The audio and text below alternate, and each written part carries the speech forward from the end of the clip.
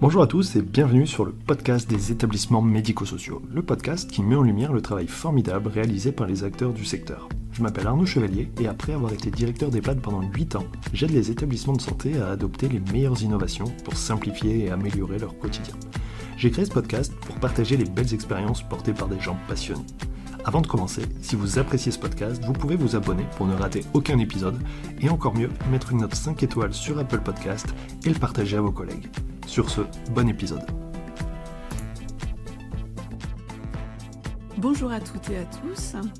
Non, vous ne vous êtes pas trompés, vous êtes bien sur le podcast des établissements médico-sociaux, le podcast d'Arnaud Chevalier qui, comme il le présente, met en lumière le travail formidable réalisé par les acteurs du secteur et permet de partager les belles expériences portées par des gens passionnés. Je m'appelle Christine Valin, je fais une recherche en sociologie sur les directeurs et directrices d'EHPAD, mais aujourd'hui je suis là simplement pour tendre le micro à Arnaud Chevalier. En effet, pendant 3 ans et au cours de 108 épisodes hebdomadaires, Arnaud Chevalier a donné la parole aux autres. Il nous a ainsi permis de découvrir l'activité, le quotidien de psychologues, directeurs et directrices d'établissements, aide à domicile, consultants, consultantes, militants, militantes et tant d'autres. En janvier, je lui ai écrit « Un jour, il faudrait que ce soit vous l'invité de l'émission ». Arnaud m'a prise au mot. Alors aujourd'hui, juste retour des choses, c'est lui qui va avoir la parole pour raconter à son tour son parcours et ses belles expériences de professionnels passionnés. Bonjour Arnaud. Bonjour et merci de cette proposition, c'est surprenant. Habituellement, vous laissez vos invités se présenter. Mais tant qu'à changer, je vous ai proposé d'esquisser quelques lignes de votre portrait avant de vous laisser le soin de les préciser. Vous avez obtenu un master en management des établissements et services de santé en 2011 avec une spécialisation en ingénierie qualité. À la sortie de vos études, en tant que qualiticien, à 23 ans, vous êtes tombé en EHPAD. Peut-être comme au Québec, on tombe en amour puisque depuis, vous semblez n'avoir jamais vraiment quitté ce monde des EHPAD. À 25 ans, vous étiez déjà directeur, vous l'êtes resté 8 ans dans 3 établissements privés, publics et associatifs. Et en parallèle, vous avez fait des vacations pour des interventions sur des projets d'établissement, des DUERP, de la promotion de la bientraitance. Vous avez aussi commencé à enseigner. Aujourd'hui, vous êtes, écrivez-vous, indépendant, enseignant en CDD, consultant et formateur indépendant. Le podcast avec les acteurs du médico-social que vous avez commencé il y a 3 ans et votre activité sur le réseau professionnel LinkedIn paraissent refléter ce qui vous importe aujourd'hui, aider les autres à bien travailler et les aider à travailler bien ensemble. De tout cela, ressortirait de vous que vous seriez d'abord un homme d'attachement, fidèle au secteur médico-social que vous n'avez jamais quitté, fidèle aux soins des autres dans la vie jusqu'à sa fin. On pourrait dire encore que vous êtes un homme de passage pluriel, traversé avec appétit. Vous seriez aussi un homme de partage, ne gardant rien en main de ce que vous découvrez, le faisant passer plus loin. On pourrait dire enfin de vous que vous êtes un homme pressé, puisqu'à 37 ans, vous avez déjà eu plusieurs vies professionnelles. Si je vous avais vraiment reçu en entretien sociologique pour ma recherche sur les trajectoires professionnelles et personnelles des directeurs et directrices d'EHPAD, j'aurais passé du temps à réfléchir avec vous, en particulier au moment de transition de votre parcours, à ce qui s'y croise entre le travail et les événements personnels, entre le milieu d'où l'on vient et le statut hiérarchique dans lequel on entre, entre les réformes des EHPAD et les pratiques de travail en équipe, entre les questions existentielles qui traversent une vie d'homme et les soucis gestionnaires qui s'imposent à un directeur. Mais nous allons faire plus sobre. Arnaud, vous retrouvez-vous dans ce portrait? Qu'auriez-vous envie de lui ajouter? Je me retrouve très très bien dans ce portrait, très complet. Et à ajouter, franchement, pas grand-chose. Même rien du tout. Non, c'est très complet. Et il y a pas mal de détails qui m'ont fait sourire, parce que c'est exactement ça. Il y a la notion de passage, et oui, complètement lié à des questions plutôt personnelle en fait. Quand j'arrête d'être directeur d'EHPAD, c'est une question familiale d'arriver d'un 3e enfant et de me dire je vais plus pouvoir aller enclencher les déclencheurs manuels la nuit parce que déjà je dors pas, enfin je peux pas m'occuper, alors pas tout seul évidemment des enfants la nuit, mais en plus l'EHPAD ça va plus. Et par contre, j'ai pas envie de partir. Donc comment je vais faire, voilà. Et c'est là où je me dis je vais travailler un peu plus à mon rythme en étant plus directement rattaché à l'EHPAD et en ayant la possibilité d'y aller quand même encore. Et puis d'en voir encore plus finalement, de voir encore plus d'établissements à travers la formation, à travers le conseil, à travers les projets d'établissement, qui est un sujet que je trouve super de pouvoir aller pendant un temps réfléchir avec un établissement sur son contexte, sur ce qu'il veut faire, sur où il veut aller, de rencontrer des équipes, de se rendre compte qu'à chaque fois c'est toujours la même histoire, mais avec quand même des différences et des particularités sur lesquelles sur lesquelles on va pouvoir travailler et en faire des opportunités. D'accord. Donc c'est vrai que c'est beaucoup ça, la notion d'opportunité, d'être pressé, c'est vrai. Alors quand vous avez dit pressé, j'ai pas pu m'empêcher, parce que voilà, quand on voit un CV comme ça, de se dire est-ce que c'est pressé ou instable? Alors c'est pressé ou instable? Je sais pas. Les deux, ne sûrement. Pas. Non, si, un peu pressé. Non, mais pressé avec le côté de... Après, je sais que c'est mon problème, vouloir faire trop de choses. Et à un moment, de plutôt réfléchir à comment faire les bonnes choses et pas trop pour rester efficace. Et de toute façon, même en étant en poste, c'était déjà un problème. Enfin, je sais que plusieurs fois, on m'a dit faut se calmer un peu parce que il y a plus personne qui arrive à suivre, ça devient chiant. Faut se calmer. Ouais. Donc voilà, je pense que là c'est un peu un trait de personnalité sur lequel je travaille, mais voilà, vous l'avez vu, donc c'est pour ça que ça résume bien. Alors ce que je propose, on va reprendre. Vous avez déjà donné pas mal de billes sur lesquelles on pourra revenir. Est-ce qu'on peut revenir au début? Qu'est-ce qui amène un jeune homme de 23 ans à choisir de travailler en EHPAD? Ouais, alors ça c'est ma question préférée aussi. Ouais. Pourquoi j'ai fait ça? Et en fait, moi à la base je voulais être médecin. Je me voyais bien médecin généraliste, ce qui est un peu le même sujet que l'EHPAD. C'est en gros le généraliste, il doit tout gérer. Il doit tout gérer, c'est vraiment l'accompagnement plutôt global et tout ça. Mon problème, c'est qu'en fac de médecine, je me retrouve un peu coincé au numerus clausus, où il me manque quelques places, et du coup, ça passe pas. Dans la foulée, je sentais qu'il y avait un risque, vu mes classements, voilà. Et je suis arrivé sur une école donc à Lille qui s'appelle ILIS, qui est juste derrière la fac de médecine et qui proposait l'ingénierie de la santé, donc entre autres le management. Et c'est là où je me suis dit, en fait, je peux quand même avoir un impact auprès des gens, alors plutôt des établissements, même si au départ je me voyais pas en établissement, mais avoir un impact quand même sur la notion santé. Et donc j'y suis allé, et alors quand j'étais en médecine, parce que moi aussi du coup j'ai mon lien familial qui fait qu'à un moment je pense à l'EHPAD. Moi c'était mon grand-père qui était en EHPAD à ce moment-là, donc aux alentours 2005-2007, plutôt 2006-2007, au moment où moi j'étais en médecine. Et en fait j'ai passé pas mal de temps en EHPAD parce que donc il avait une maladie de Parkinson assez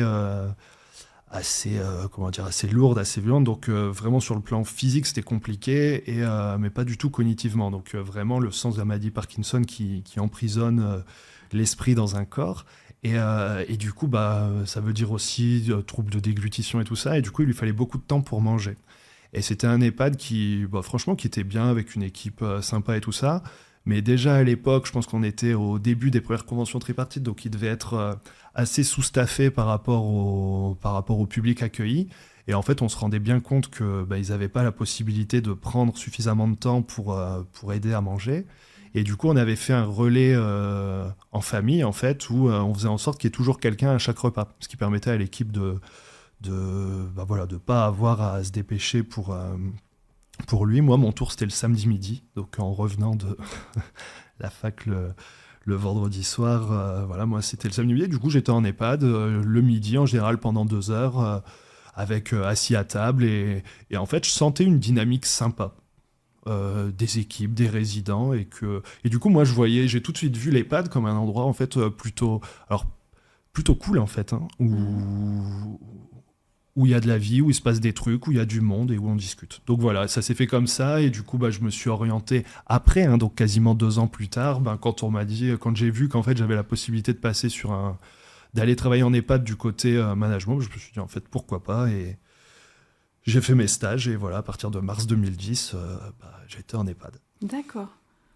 Donc, comme vous le disiez, là, un film personnel, Ouais. familial, le fait d'avoir vécu aussi et d'avoir, vous dites, un modèle plutôt positif, le sentiment de dynamique, dans dynamique, on pourrait se dire, j'ai entreaperçu pas mal de personnes en lien, donc effectivement, il y a quelque chose d'assez cohérent dans ce que vous dites.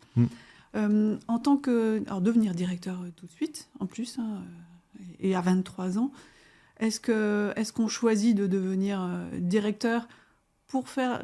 Alors là, c'est difficile à dire en tant que directeur, parce qu'on n'a pas vraiment de modèle, parce que souvent, quand on devient chef, on se dit que peut-être qu'on se calque un peu dans un modèle, alors soit pour être comme quelqu'un qui nous a marqué, ou alors pour être surtout pas comme une personne qui nous a marqué aussi négativement. Est-ce que vous aviez déjà des représentations du directeur que vous souhaitiez être ?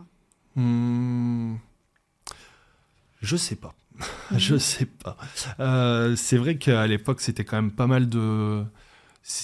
À la fois, c'est vraiment ce que je voulais faire.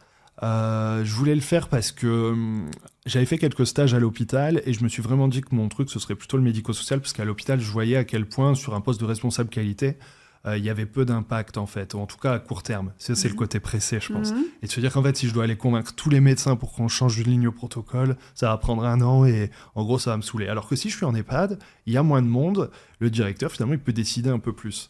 Après, ça ne veut pas dire qu'il doit tout décider tout seul, bien au contraire. Après ça, je pense que je l'ai compris un peu au fur et à mesure, pour aller moins vite. Mais non, sur quelle idée, quel modèle...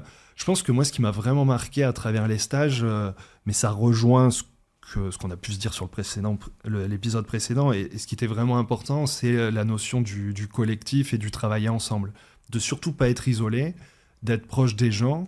Et puis le côté peut-être qualiticien, démarche qualité, c'est le côté on va réfléchir ensemble à comment on peut régler votre problème. Et en fait, c'est être plutôt à l'écoute des problématiques rencontrées, et du coup de dire d'apporter des réponses, en fait. Et puis de les valider ensemble, et puis de plutôt apporter des solutions. Donc ça a été plutôt ça ma vision assez rapidement. Donc tout de suite, c'est l'idée du collectif, et avec déjà des idées en tête de ce qui serait bon de mettre en place. Tout à l'heure, vous avez parlé de bonnes choses, de choses efficaces. Donc, ouais. Vous arrivez déjà avec, ou petit à petit, vous avez vu des choses qui seraient bien de faire. Et après, comme vous dites, il fallait sans doute que j'aille moins vite. Alors, tout de suite, ce qui vous est apparu évident, qu'est-ce qu'il fallait soit changer, soit mettre en place, soit conserver? Ouais. Moi, je suis arrivé en 2010. Donc, 2010, c'est vraiment, on commence à mettre en place les logiciels de soins. Et moi, je m'y retrouve à fond parce que, côté un peu, peut-être pas geek, mais un peu geek quand même. J'aime bien les ordinateurs, j'aime bien les jeux vidéo, j'aime bien les trucs et tout ça. Et en fait, on arrive quand même à un moment où il n'y avait pas d'ordinateur dans les établissements et où il va falloir en fait former tout le monde. Et ça m'a plu. Je me souviens, 2011, mon premier job, en gros, c'est former les aides-soignantes à utiliser l'ordinateur pour faire leur transmission. Et du coup, c'est aussi comment on remet du lien derrière ça pour faire en sorte que ce soit utile au quotidien et donner du sens, et puis surtout pas mettre en échec, pas mettre en difficulté, parce qu'on se retrouve face à des personnes qui n'ont jamais tapé à l'ordinateur. Donc voilà, mon souvenir, c'est d'avoir expliqué, presque fait des cours, c'est un grand mot, mais d'avoir expliqué aux aides-soignantes comment on met ses 2 doigts sur la souris pour que ça aille mieux, quoi. Donc en 2010, on part de là. Et puis pareil, après à chaque fois, mais c'était plutôt pendant les stages, passer du temps avec les secrétaires et leur faire des bons tableaux Excel avec des trucs où en fait ils gagnent du temps. Et c'est comment on débloque, comment on construit des petits outils à l'ordinateur. Combien de fois j'ai expliqué le publipostage et je l'ai mis en place. Enfin, tout con, mais derrière, la secrétaire, elle gagne une demi-journée, quoi. Et voilà. Et c'était beaucoup ça, en fait, à travers après... Donc l'informatique, du matériel, Et finalement, c'est là où j'arrive aujourd'hui, c'est vraiment mon fil conducteur. C'est comment on fait mieux, comment on fait plus, mais avec les moyens du bord, parce que c'est limité, quoi. Donc en gros, il faut être malin, il faut trouver des petits trucs. Et puis c'est comment on essaye d'emmener l'équipe là-dedans sans... voilà. Alors, emmener l'équipe, comme vous dites, le collectif, vous dites toujours, c'est travailler avec. Alors, comment est-ce qu'on emmène une équipe ? Et au contraire, qu'est-ce qui va être plutôt contre-productif d'après vos expériences ? Contre-productif, c'est vouloir aller trop vite et ramener un truc en disant, voilà, regardez, on va faire ça. Ou là, du coup, déjà, ça crispe et ça bloque. Mais c'est plutôt, voilà, parler des problèmes et puis proposer des solutions et essayer d'y aller ensemble, quoi. Montrer que tranquillement, je dirais même presque discrètement, qu'en fait, si on fonctionne un petit peu différemment, c'est tout con, hein, mais c'est un moment, on l'a tellement en EHPAD, ça va peut-être mieux maintenant, mais comment utiliser le lève-malade ? Ok, il faut aller le chercher, mais à la fin, c'est mieux, on va plus vite, c'est moins dangereux, vous faites moins mal, c'est plus confortable pour tout le monde. Et c'est juste ça, c'est déjà comment on utilise les moyens qu'on a à disposition, comment on utilise bien. En fait, alors, c'est un peu comme... un téléphone, un truc qu'on va utiliser que 10% de ses capacités et tout ça. Dans l'EHPAD, à l'époque, c'était ça l'est toujours un peu, sauf qu'au niveau fonctionnalité et, on va dire, technologie, tout ça, on n'avait que dalle. Donc, voilà, c'est comment on accepte d'intégrer des choses nouvelles pour gagner en efficacité, quoi. D'accord. Si on parle... vous avez utilisé le mot efficacité plusieurs fois. Ouais. À quoi reconnaissez-vous que quelque chose, une pratique ou une manière de faire est efficace par rapport à une autre ? Ah, ça c'est compliqué. Déjà, est-ce qu'on le fait ?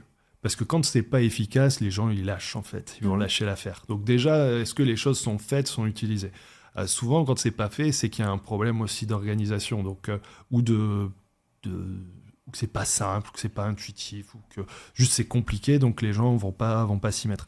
Donc je pense que l'idée, c'est de revenir aux bases de c'est quoi le problème, qu'est-ce qu'on veut faire, comment on va contourner ce problème, comment on va trouver une solution, quoi.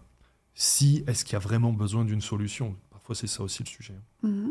Donc, dans ce que vous dites là, j'entends beaucoup l'idée de réfléchir avec. Donc, vous aviez toutes les questions que vous venez de poser là maintenant. Est-ce que c'est par là, surtout que cela passe ? Ouais, c'est certain. En fait, il faut pas amener une réponse toute faite parce que ça marchera pas et ce sera pas la bonne réponse. C'est vraiment la dimension participative de comment on réfléchit à notre problématique et comment on construit ensemble la solution. Parce qu'après, c'est les équipes qui vont l'utiliser. Si limite c'est un problème perso, je me construis mon outil perso et ça va bien marcher parce que c'est ce que j'ai envie de faire et la manière dont j'ai envie de le faire. Avec l'équipe, il faut penser qu'ils verront peut-être pas les choses comme ça et il faut les amener eux aussi à réfléchir à comment ils veulent régler le problème. Il peut y avoir des questions juste parfois de valeurs, d'habitudes, et puis souvent c'est les peurs, hein. Si on prend l'informatique, à une époque maintenant c'est calmé aussi, mais les gens, c'était terrible pour eux d'aller sur l'ordinateur. Enfin, combien de fois on m'a dit mais nous on est dans l'humain, on est dans le truc. Raison de plus, on va utiliser l'ordinateur pour gagner du temps, pour passer plus de temps avec les personnes. Mais voilà, et ça si on le dit comme ça, on vexe, donc c'est foutu. Donc il faut y aller progressivement et puis que les gens y trouvent leur intérêt aussi. Et sur faire travailler en équipe, alors une équipe c'est pas quelque chose d'homogène, ne serait-ce que ça va du médecin à la SH. Comment est-ce qu'on fait travailler toutes ces personnes ensemble ? Quels sont les écueils ? Comment est-ce qu'on dépasse les écueils ? Ça, vous avez reçu pas mal d'invités dans votre podcast qui ont pu vous dire ça, mais du côté de votre pratique aussi ?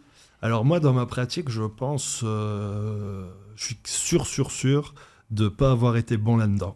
Parce que en voulant aller vite, j'ai pas pris le temps, en fait. Et voilà. Aujourd'hui, avec le recul, à travers les podcasts, à travers des activités que je peux avoir, mais notamment à travers une association qui s'appelle Akavi, avec laquelle il y a déjà eu au moins 2 épisodes, je pense que le vrai sujet, c'est de mettre en place des espaces d'échange. Et concrètement, c'est comment on fait en sorte qu'il y ait vraiment du temps pour se parler. C'est juste ça. Alors, une fois qu'on l'a dit... C'est une histoire de temps ou c'est pas que le temps ? Alors, En fait, c'est une histoire de prendre le temps. Le temps, de se donner du temps et tout ça. C'est ouvrir ces espaces d'échange. Alors après, il faut aussi les maîtriser, parce que l'objectif, c'est pas non plus d'aller sur la réunionnite, mais c'est vraiment comment on redonne du temps. Mais un temps qui va être encadré, parce que le problème, c'est que si on donne juste du temps et puis qu'il n'y a rien à faire et que c'est pas organisé, en gros, ok, c'est cool, on va peut-être pouvoir relâcher un petit peu, mais c'est pas pour ça qu'on va régler les problématiques. Donc il va falloir quelqu'un qui soit là pour, en général, ça peut être le directeur, ça peut être une IDEC, un chef de service, ça peut être le médecin, ça peut être... Peu importe, ça peut même être l'équipe. Parfois, il y a l'équipe qui va s'emparer de certaines problématiques, mais c'est... Voilà, on prend le temps de discuter, de se poser et de trouver des solutions, de partager, de pouvoir aussi exprimer les états d'âme de chacun, de pourquoi certains sont pour, pourquoi sont contre, et puis après aller sur quelque chose de plus... aller chercher un compromis. Mais je pense que c'est ça la clé. Et c'est pas tout à fait naturel. Parce qu'aujourd'hui, en tout cas pendant longtemps, on a eu l'habitude de se dire en fait on a moins de temps, donc on va supprimer tous ces temps d'échange qui finalement sont pas très productifs et voilà, pour être plus auprès des gens. Sauf que s'il n'y a pas de discussion entre les membres de l'équipe, en fait il n'y a pas d'équipe, quoi. Et on se retrouve avec des gens qui appliquent des tâches et qui font les choses chacun de leur côté. Un peu comme à domicile, où il y a cette problématique-là d'échange ensemble, alors qui est encore plus compliqué parce que chacun est à son rythme, chacun est aussi autonome. Le kiné, il fait son job, le médecin, il fait sa vie, l'auxiliaire, du coup, elle aussi. Et on voit d'ailleurs, si on reprend les podcasts, que sur tout ce qui est management libéré, équipe autonome, la clé de la clé, c'est d'avoir remis en place des temps d'échange dans lesquels les gens se parlent et trouvent ensemble les solutions pour dire voilà comment on va faire, tout le monde est OK. Et puis du coup, ils font et puis ça marche mieux, quoi. Avec des traces du travail également. Ouais. Donc des espaces avec vraiment du temps et peut-être une organisation spécifique pour que tout le monde ait la parole, par exemple. Ça, c'est indispensable. Ça, en y repensant après, je me dis j'avais toujours tendance à le faire, mais oui, pas aller oublier les agents de service qui, déjà, est-ce qu'on les a invités à la réunion? Souvent, non. On se dit non, sauf que c'est eux qui passent le plus de temps avec le résident. Donc, et après, quand ils sont là, ils n'ont pas l'habitude de parler, ils se sentent pas à l'aise, donc ils parlent pas, donc il faut aller les chercher, il faut, voilà, ou alors... Enfin voilà, donc c'est vraiment une dynamique à mettre en place qui est pas évidente, mais qui, je pense, est rudement efficace. Et pas si cher que ça. Oui. Ok, c'est un peu de temps, mais c'est très très vite rentabilisé. Ou de la créativité. Ouais. J'ai assisté à un temps de formation de Montessori, de présentation de la méthode Montessori, alors en direction des personnes âgées à troubles cognitifs, mais également pour le travail des personnels. Ouais. Et donc il y a effectivement des choses, des dispositifs particuliers qu'on peut mettre en place. D'accord. On peut revenir peut-être sur comment choisissez-vous ce que vous disiez que vous étiez plutôt gourmand, tout vous intéresse, vous avez envie de beaucoup de choses. Comment est-ce que vous faites quand même pour sélectionner ce que vous voulez partager? Ça peut être dans les podcasts, ça peut être dans les formations, ce que vous partagez également sur LinkedIn. On pourrait se dire qu'à travers ça, on pourrait reconnaître ce qui compte le plus pour vous. Oui, c'est vrai. C'est ce qui compte le plus. Après, je dirais que c'est... surtout maintenant, en fait, je cherche pas trop. Je prends ce qui passe et ce qui vient sans trop me poser de questions.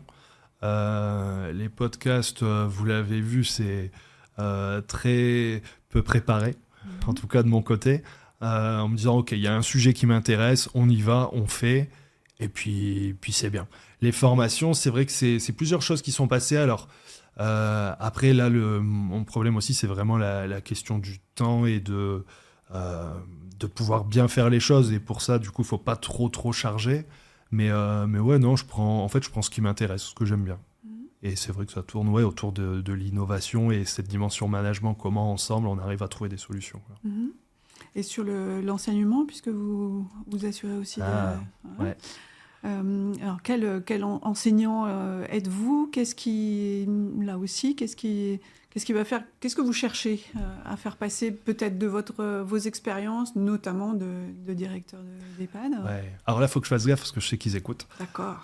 Mais ce qui m'a amené là, vraiment, c'est un des points que j'appréciais le plus quand j'étais en poste, c'était alors à la fois trouver des petites solutions, trouver les combines qui vont faire que on va soulager le quotidien de tout le monde. Ça, c'était un vrai truc qui me plaisait. Et le deuxième sujet, c'était l'accompagnement des stagiaires.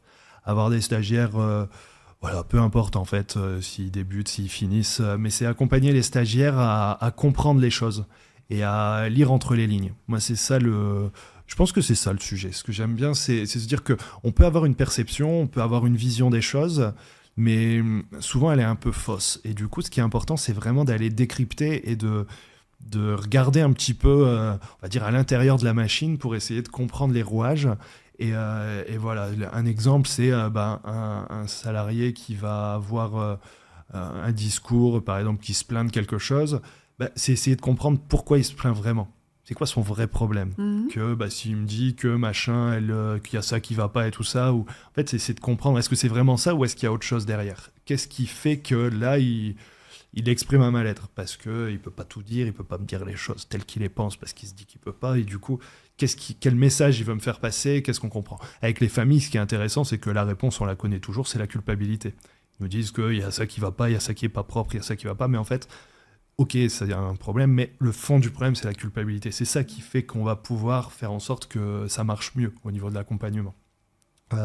Pour les professionnels, ça peut être plusieurs choses. Ça peut être juste ils se sentent plus bien dans leur travail, ou alors il y a des problèmes extérieurs, ou alors c'est un problème relationnel avec l'équipe, ou alors on n'a pas valorisé quelque chose, ou en tout cas il y a quelque chose qu'on n'a pas bien fait qui fait que là il y a un mal-être, et du coup c'est essayer de comprendre ça. Et alors avec les étudiants, du coup, c'est un peu compliqué de passer ce message-là parce que ça demande des éléments très précis et ça demande d'être sur le terrain en fait pour sentir les choses réelles.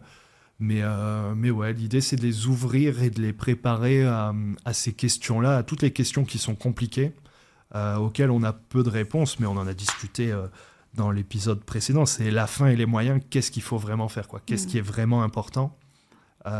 Et comment ça marche pour essayer de peser un petit peu pour influer sur les choses, mais positivement, quoi. Alors, dans ce qui ressort là, de ce que vous dites, il y aurait deux choses à la fois savoir, pour beaucoup de professionnels en tout cas, savoir écouter. Et c'est vrai que quand je suis devenue inspectrice, il y a un chef d'établissement qui m'a dit tu vas voir, on écoute beaucoup. Et j'ai vu, effectivement, on écoute beaucoup. On a l'impression...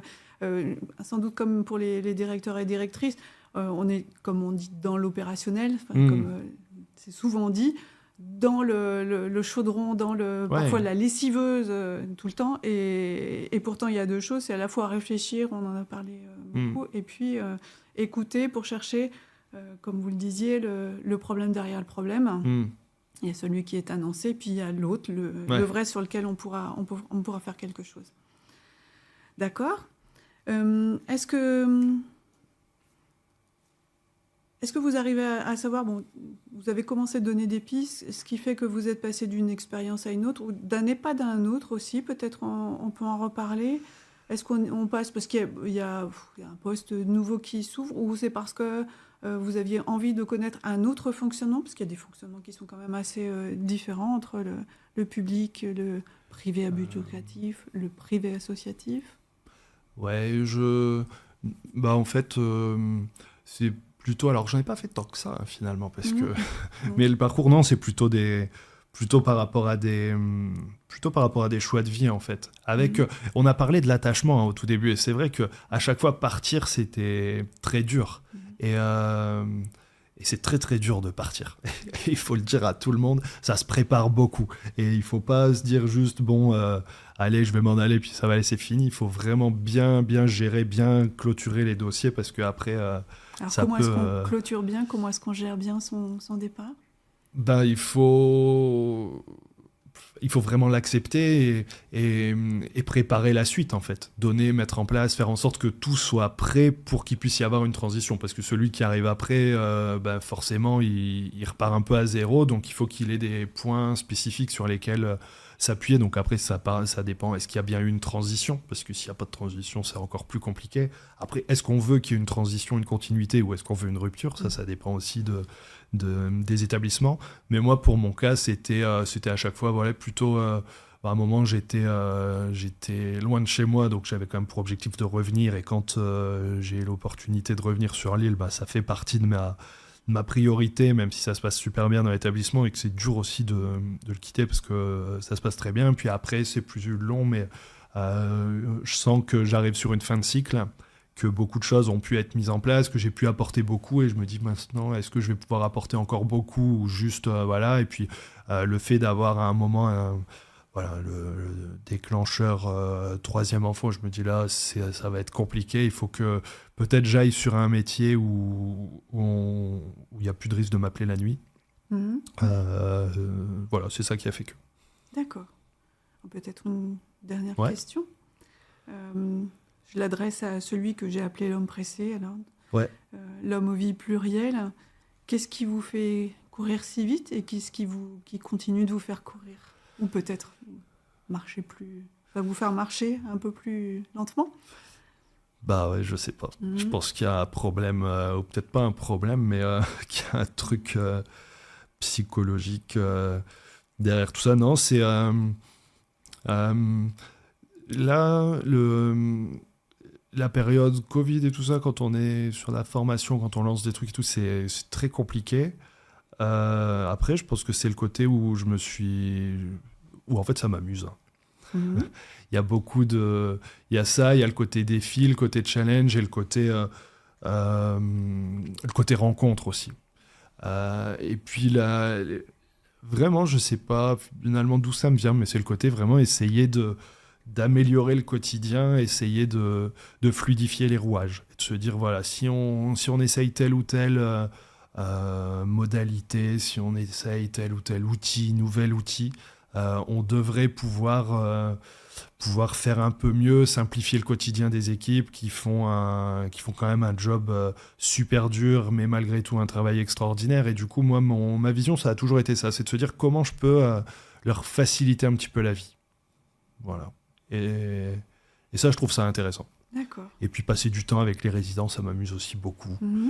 Donc voilà, ça permet de faire une pierre plusieurs coups en fait. Et puis discuter avec les établissements de leurs problématiques, essayer de voir, de comprendre l'origine d'un problème, trouver des solutions. Enfin voilà, moi ça m'amuse beaucoup. Bon.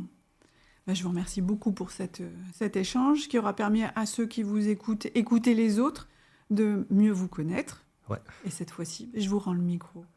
Merci. On va pouvoir clôturer. En tout cas, merci pour cette interview très préparée, très fluide, ce qui évite les questions avec des trous et des tics de langage. Donc, bravo.